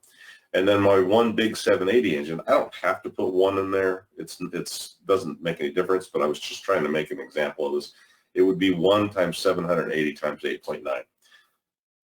That number is going to be divided by the total horsepower of my fleet. And that is how we calculate your fleet average. That is how the system calculates your fleet average. That's the math. Now, if you want to know which engine is going to give you the most bang for your buck, one of the things you have to understand is that this formula is horsepower weighted, which means the larger the engine is, the more impact it has on the calculation. So consequently, the larger engines are going to have more impact on lowering your fleet average. And you might be asking, why did we do that? You know, those larger engines are pretty expensive. Well, the reasoning is total mass emissions, because each of those 25 horsepower engines has an emission rate of 7.1. That's per brake horsepower hour. That's not that much different than 8.9. But when you look at mass emission, the 780 engine is putting out hundreds, perhaps thousands of times more pollutant than any of those 25 horsepower engines. In fact, all 9 of them together would not put out as much emission in a mass way as that one engine. So if the goal is to reduce overall emissions, that's how you do it, is by making this formula horsepower weighted. All right, that's the calculation. Let me get rid of all this stuff and go to the next slide. All right, back up. Your fleet average target. So these are the numbers that we use when we calculate the target your fleet has to meet. I'm going to go to the next slide because that's the small fleets. Let's take that exact same fleet that I just told you I own. Because we are in 2021, at the beginning of this year, instead of having a 7.1 inserted into that same formula, my target would have 5.3 because that's the number for 2021 under the 25 horsepower. The 2021 for the larger than 750 horsepower would be 6.5. So those are the only 2 numbers that are going to change in that calculation. And then you would have the comparison between my actual fleet average based on my actual emission rates and the targets that are set in this regulation. And I know most of you, practically all of you, I'm going to say everybody in the room today is already figured out that my fleet's in a lot of trouble because the calculation puts my fleet average way above where it needs to be. Anyway, you can also see that the fleet average target numbers drop over time. Ultimately, by 2028, we're down to 3.3 grams per brake horsepower and 3.5 for my make-believe fleet. All right, that's fleet average. Now let's talk about the other option that you have. It's called Best Available Control Technology, or BACT. I've never been a fan of calling it this because that same terminology is used by local districts when they're trying to require stationary sources to decrease emissions, and it almost always means, in those cases, it always means installing a retrofit of some kind to control the emissions coming from a stationary source. Even though that's part of this, it's not all of this for this rule. This is an option. You don't have to follow this. You can follow the fleet averages, but you do have this choice. Instead of looking at that formula, instead of worrying about the age of your engines, instead of worrying about any of the emission rates, this BACT option says you have to turn over or install filters on 10% of your fleet horsepower each year. Doesn't matter, anything about the fleet average itself. As long as you do it to 10% of your total horsepower, you're in compliance. Now, if you follow this, you do have to apply the best available control technology to the older equipment first. So all your tier 0s and tier 1s would have to be done first. And again, just like with fleet average, any actions that you're taking must be completed before January 1st of the compliance year you're trying to meet. Some of the actions that you can use in order to accomplish BACT are turnover. You can retire or sell a piece of equipment. We try to be a little bit funny here. I don't know if anybody remembers these 2 gentlemen, but I'm old enough to know exactly who they are because I watched this show. These were the Darrens on the Bewitched show. The first one was the original one. The second one came in 2 years later, and nobody liked that guy. But anyway, that's a long story. You know these guys, right? There's that Drew Carey. He's the current host for the show, and there's a previous host. Let's make a deal or something like that. Anyway, so you can retire or sell. You can designate a piece of equipment as permanent low use. I'll talk about that in a few moments. You do have a deadline if you do that, and we'll go through that as well. You can repower with a cleaner engine. One of the confusing things for people is the difference between rebuild and repower. So when you take a vehicle with an engine that needs to have work done on it into a facility, a dealership, and they rebuild the engine, you're going to get an engine that runs like new. That's the idea. You're not going to get a new engine. You're getting your engine that has old components taken off and new components, but the exact same kind of components put on. So your emission rate, your emission certification rate, your tier is not changing when you rebuild an engine. When you repower an engine, you're taking the old engine out and you're putting a newer tier of engine in. So you will raise the tier of the engine and you will lower your emission rates. So you can repower, you can retrofit. So I know we can't require filtration anymore because of the lawsuit and the safety issue, but we can leave it as an option. If you choose to do that, you can install filtration systems on any equipment, and those installations will qualify for backed credits. If it blocks the operator's view, that's your responsibility, not ours, because we're not requiring it at this point. It's a voluntary thing. The one bad thing about the back system is that any credits that you accrue to use for compliance purposes actually will expire at the end of whatever your timeline is. So for large and medium fleets, 2023. For small fleets, 2028. Okay. Let's talk a little bit about filtration, because I did say it was an option. Now, we have an entire class on filtration. If any of you are interested in that, it's MS 511.2, and it's a 2.5-hour class where we talk about nothing but filters. But for purposes of this class, I just want you to understand that all filters are not equal. When we say diesel particulate filter, we're talking about a category of filtration that removes particulate matter from the exhaust stream that your engine produces.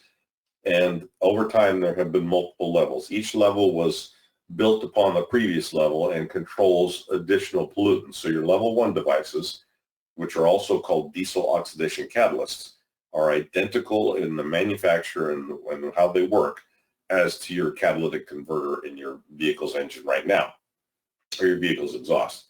All they do is provide the ability for catalytic materials to be present when the exhaust particulate pieces are going through the exhaust, and just their presence allows for the oxidation of those particles, or a percentage of them. These are only capable of removing a maximum of 49%. That's not high enough for regulatory purposes, so they have never been allowed as just the only add-on device for quite some time.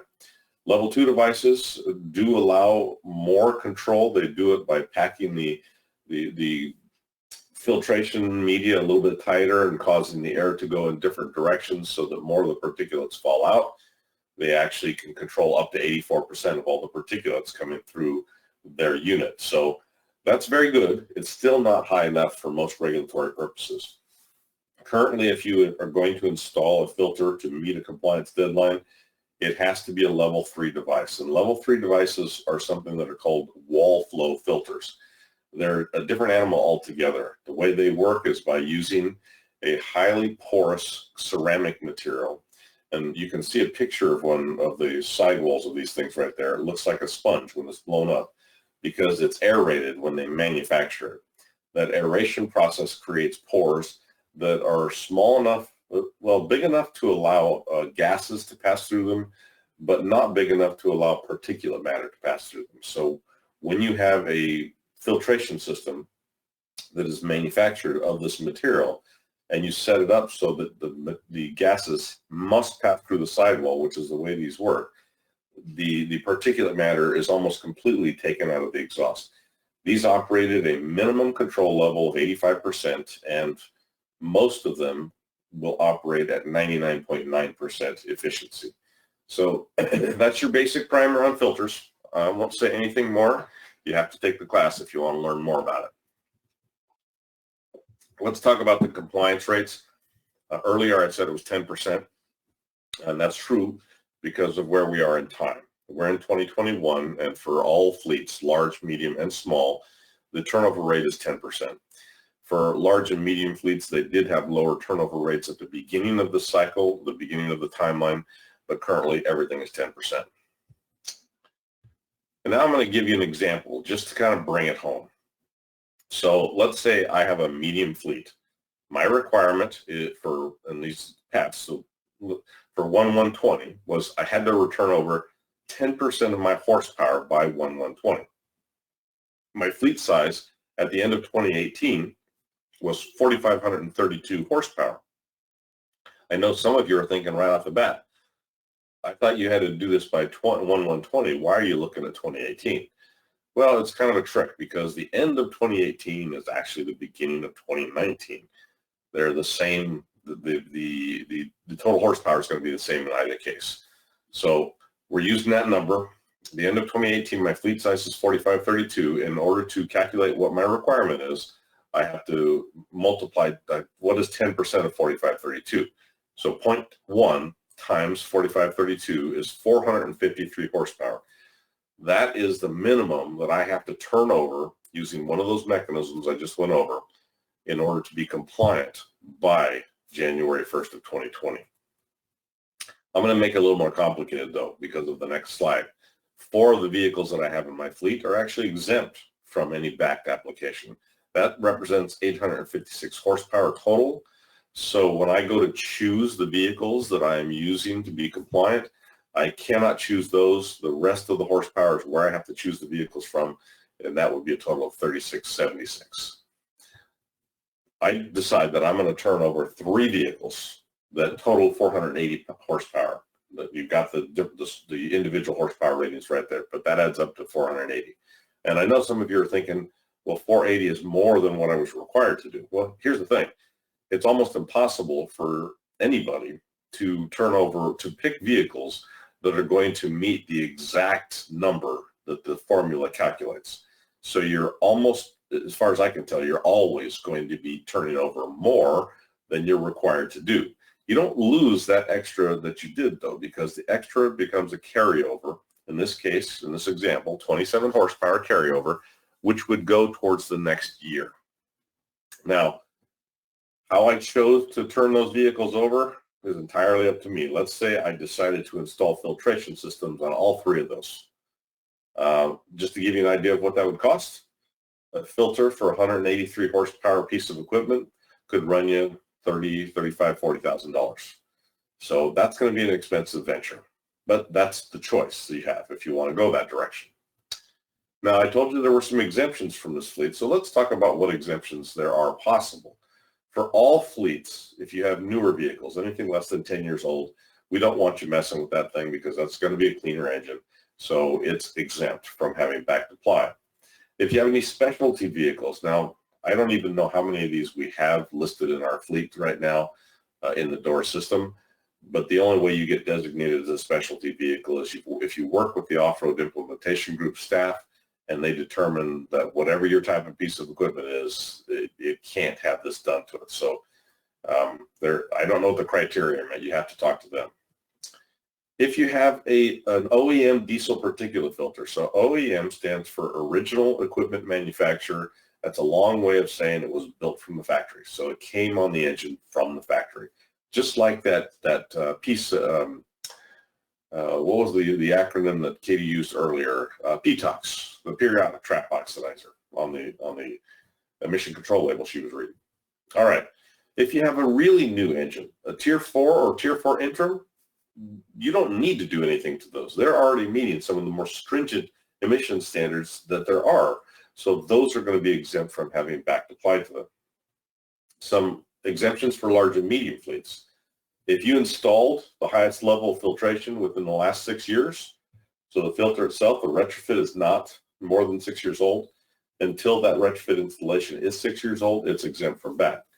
If you were an early adopter and you installed filtration systems prior to that 2013 date when we were given authorization by federal EPA to do anything, then a percentage of your total horsepower that you did this to can be exempt from backed. Now, the reason that's in there is because before we got sued, before the federal government actually gave us that authorization, we had companies that were early adopters and they were installing filters because they felt that was the direction we were going to go. And when it turned out that we didn't, they spent a ton of money to put filters on that they actually didn't technically need to spend. So we had to put something in the revamped regulation to account for that because that's not fair, and this is what was put in for them. For small fleets, it's all about, is there a filter available? If there's not a filter available for a piece of equipment that's in your fleet, then we can't make you apply. That vehicle is going to be exempt from backed. All right. Now, I've been talking a lot about numbers, and I've been telling you the DOORS system will do all this math for you, and it will. But there's also a spreadsheet that we give you access to. It's called the Fleet Calculator, and it's downloadable from your account. You can, I don't even think you need to have an account to download it, but you can get in there and download this, and it will help you work through what you can do with your fleet to comply. Go back here. When you open it up, it does have a tutorial.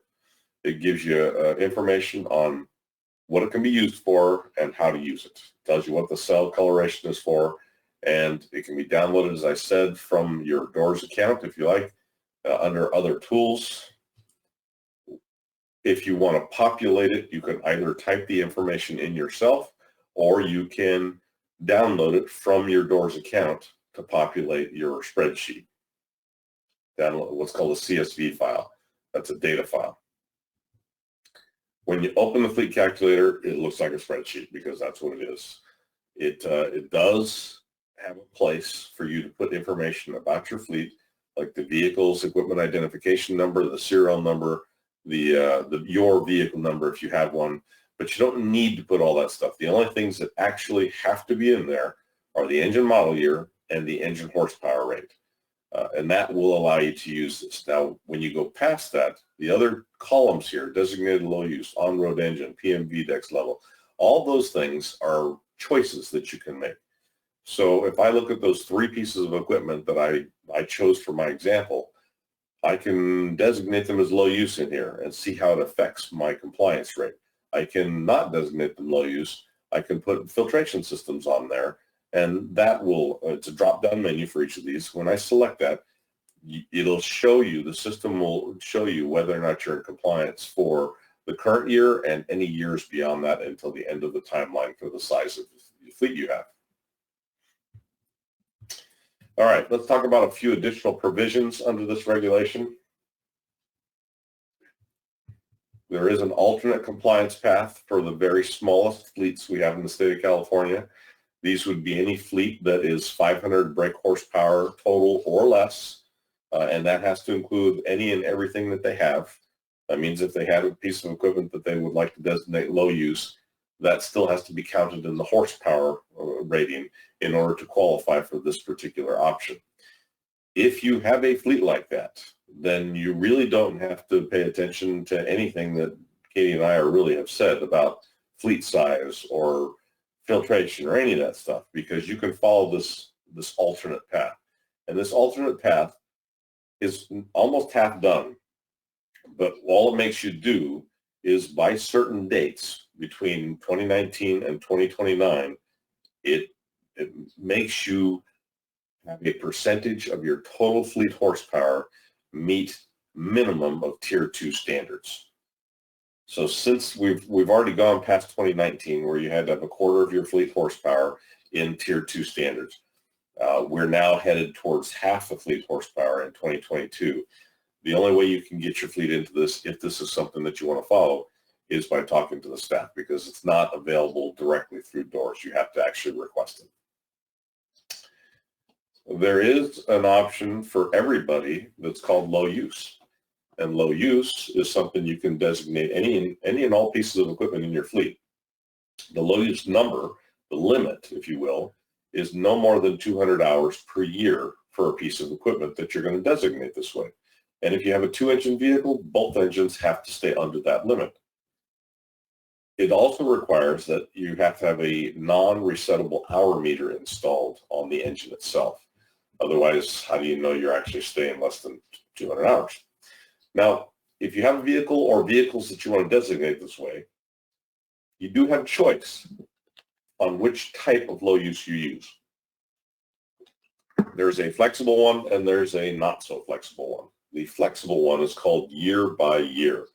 It's very flexible for fleet averaging, and because what it does is, as long as your usage of that particular piece of equipment was either less than 200 hours the previous year or less than an average of 200 hours for the previous 3 years. So if 1 year, let's say the last 3 years, you had 100 hours of use, then 300 hours of use the next year, and then 200 hours use the third year, that averages 200, you'd still be available to qualify for year by year this year. So it allows you to be a little flexible there. It also allows you to pull a piece of equipment out of low use at the beginning of any year. Once you put it in low use, it's pretty much in low use. But if you go over the limitation or you decide you need to use that piece of equipment, well, you can take it out of low use the next year. So it's flexible in that manner. The permanent low use is exactly as the name implies. It is something that really should not be undone. This means that you are promising us, in fact, you're signing a contract with us, saying that you will not use this piece of equipment more than 200 hours per year. Now, because you're guaranteeing that to us, we're going to grant you a backed credit equal to the horsepower of that piece of equipment. And here's how that works for you. Remember my example where I installed 3 filtration systems on those 3 pieces of equipment to the tune of upwards of $35,000 to $40,000 each? I could have designated any or all of them as permanent low use, and then I would have been given a credit. If, let's say, I designated all 3 of them permanent low use, I would be given a 480 horsepower backed credit for doing that. Now, it would limit how much I could use those pieces of equipment for one thing. The second thing it would do is it would meet my obligation under the back method. I would still get 480 hours, and I would still have 480 horsepower, sorry, and I would still have a 27 horsepower credit to carry over to the next year. And I didn't have to spend any money to do this. So it is a valuable option if you choose to go that direction. It does have a little bit of a spike or catch at the end, because if you ever go over 200 hours of use on any equipment you designate as permanent low use, you run into one of 2 problems, maybe both. The first one is that because you broke the contract with us, we're going to remove any backed credits that we gave you for that. That could put your fleet out of compliance for previous years, and it will definitely put you out of compliance further behind for the current year that happened. So you don't want to go there. The second thing that can happen is, because this was designated permanent low use, the tier ban applies at that point. So let's say you had a tier 0 or a tier 1 or even a tier 2 for large and medium fleets that you decided to designate permanent low use, and then you went over the hour limit. Well, tier 1 and tier 0 are banned for everybody. Tier 2 is banned for large and medium fleets, so you really can't bring that piece of equipment back into your fleet. You got to get rid of it. That's a problem for most people, right? So I don't know that I would go that direction either. But anyway, it's available to you, and it is something that can be very useful. Here's low use labels. This is Katie's picture from either a friend of hers or her own picture from when she was an inspector. You can see that these people have designated something low use, and they want to make sure their operators know that it's low use, so they've labeled it. That is not a required thing. This is just something they decided to do. I think it's smart, but it's not required. So there are some early credits that are still available. You can get full credit for previous repowers or partial credit for retiring, selling, or replacing vehicles before the deadlines. So if you decided that you wanted to change over more of your equipment than you actually needed to, there still is a way that you can get additional credits under the back system for doing that in the regulation right now. There are also compliance extensions, and with the issues that we're having on goods delivery right now, this could be tremendously valuable for anybody that has to comply with this rule or a number of our other rules. Here's the deal. If you're ordering the installation of a filter or of a new piece of equipment in order to comply with our regulation, as long as you can show proof that you purchased this thing prior to November 1st of the year prior to a compliance date. So if I'm in 2021, we're in October right now, let's say I needed to get a brand new piece of equipment for my fleet to be in compliance, if I chose to do that in the next 2 to 3 weeks, as long as I had money down and a contract signed by November 1st, even if that was not delivered to me by January 1st, I would still be in compliance. The fleet calculator would be able to figure that out. The door system figures that out. And the big question for this is, how long can you utilize this? And we're going through that right now, because you may or may not be aware of this, but delivery times on new equipment especially are way far out there. We're talking in some cases upwards of 2 years. If I ordered it right now, I might not get it for 2 years. That's a really big deal, and it could cause you major problems trying to comply with this regulation. So take advantage of it. I mean, it's part of the regulation. Any fleet that is either brand new or it's coming in from out of state, they don't get the benefit of any of the phase-in of anything that we've been talking about. They have to be in compliance with whatever their fleet average is for their fleet at the time they enter the state. Now, if they aren't labeled, well, if you see a fleet that's not labeled, it's possible that they could be an out-of-state fleet that is still fully compliant, because they could meet the fleet average. They could have already reported. They've got 30 days to report, and they could have not had time to put the labels on yet. That's all entirely possible. But just so you know, if you're bringing a fleet into California for the first time, they have to meet the vehicle adding restrictions, so they can't bring older equipment in, even if that was in their fleet prior, and they have to meet the fleet average for the year they come in and for their fleet. All right, let's go a few questions here.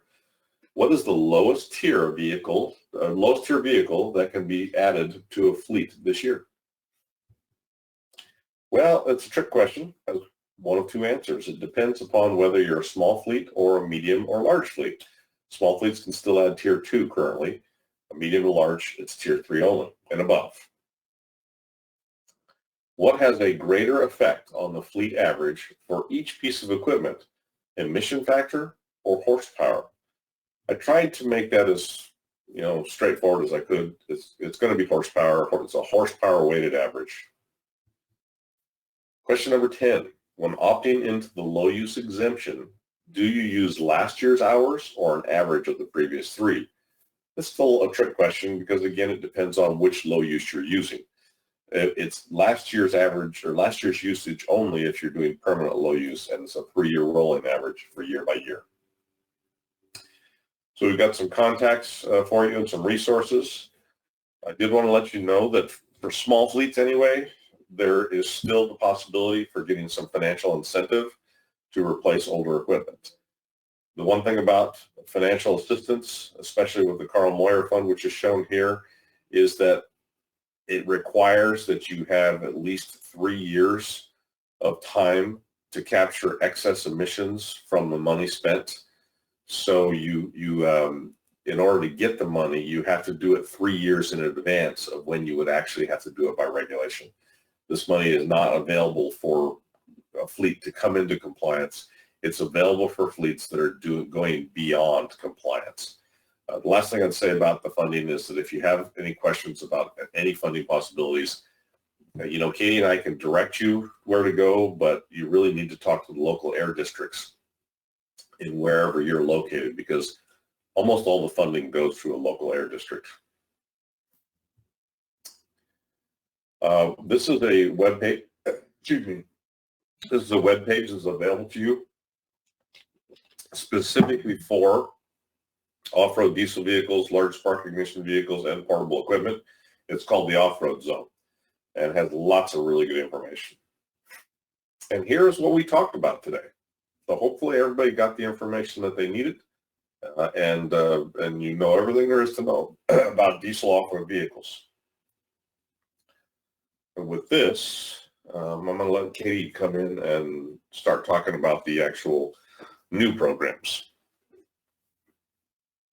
Okay, so we are almost to the end here. We're just going to quickly go over some of the proposed regulations that the Mobile Source Control Division has upcoming this year and next year.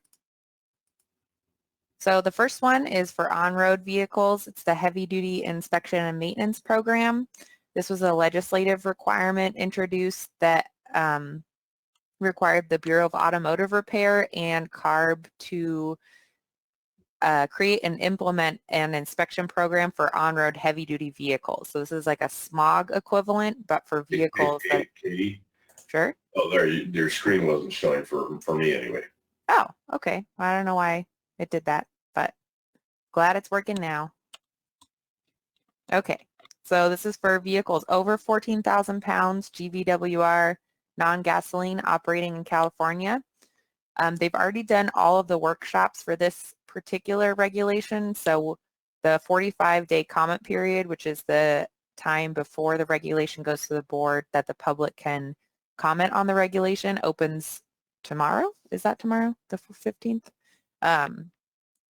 So it opens the 15th. We do also have the previous staff presentations and the draft regulatory language available. So if you go to that meeting and workshop link, that has both of those available so you can see the specifics of the regulation.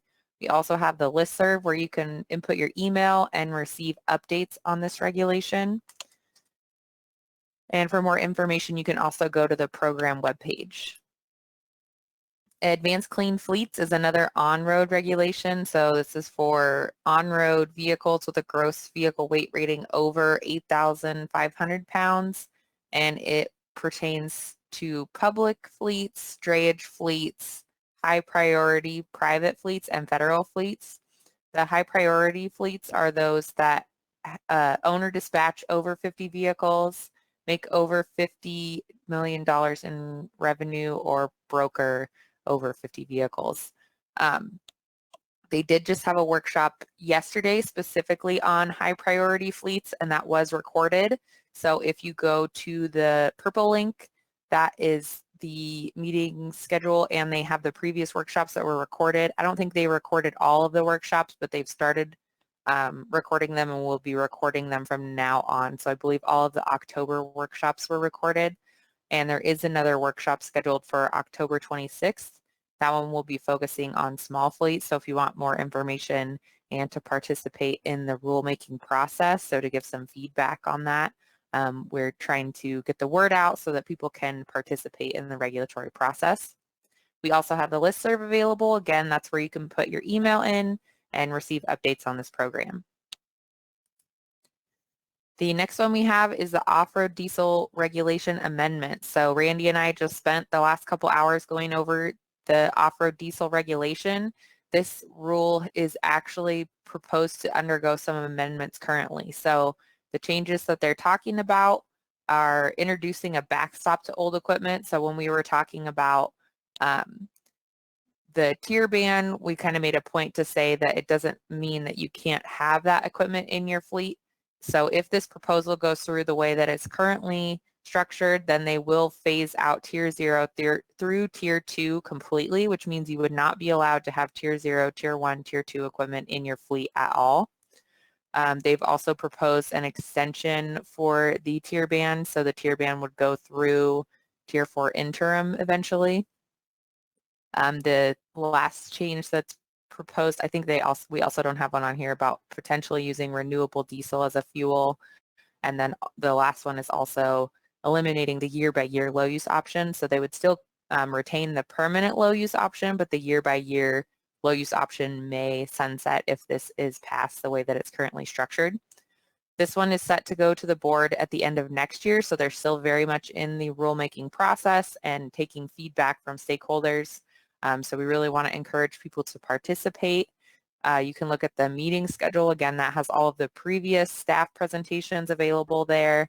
If you go to the listserv and input your email, you can receive email updates about this regulation and upcoming workshops.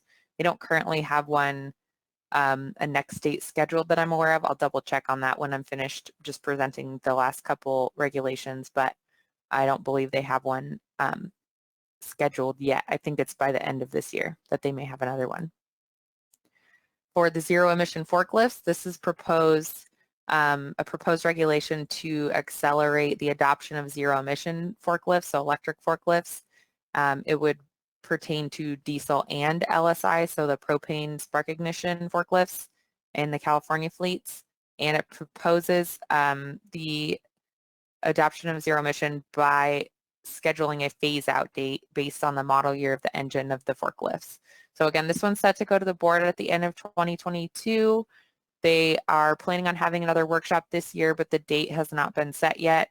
You can see, again, the previous staff presentations at that meeting schedule link and sign up for the listserv to be emailed about updates if there's meetings scheduled or movement on this regulation, then the blast goes out to that listserv.